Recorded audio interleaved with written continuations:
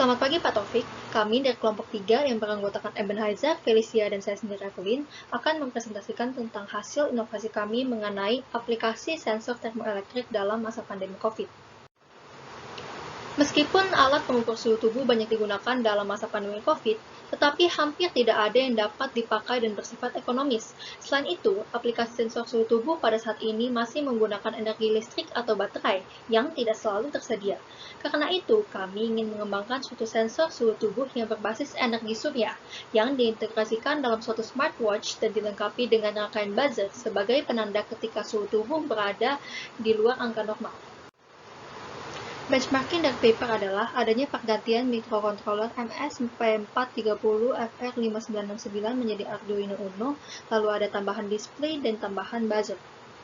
Terdapat 6 komponen. Yang pertama adalah 16 buah thermistor NTC yang digunakan sebagai sensor pengukur suhu pada kulit pengguna, di mana dibuat di atas kertas karton dan dipasang pada pergelangan tangan. Lalu ada solar panel yang digunakan sebagai sumber listrik, di mana digunakannya 8 sel surya silikon amorf kecil yang dipasang secara paralel pada pergelangan tangan untuk menghasilkan energi. Lalu ada BQ 25570 yang digunakan sebagai energi harvesting, di mana energi dari solar panel akan disimpan pada penyimpanan sementara, lalu digunakan untuk mengisi sebuah baterai lithium 40 mAh. Lalu ada buzzer, di mana digunakan untuk mengubah sinyal listrik menjadi getaran suara. Negatifnya dari sinyal buzzer akan terhubung ke ground, dan positifnya akan terhubung ke Arduino Uno, di mana jika suhu pada pengguna melebihi 38 derajat, maka buzzer akan menyala. Lalu ada Arduino Uno yang digunakan untuk memproses dan mengontrol sistem pada T-Watch. Dan ada display monitor yang digunakan untuk menampilkan suhu pada pengguna.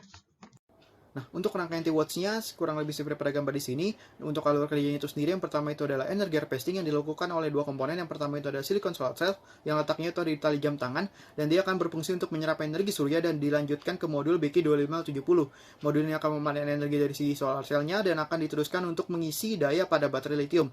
Nah, energi yang didapat ini kemudian akan dipakai untuk menghidupkan atau menjadi power input dari si Arduino Uno-nya. Arduino di sini berperan sebagai microcontroller dan akan terhubung ke buzzer, thermistor, dan display monitor.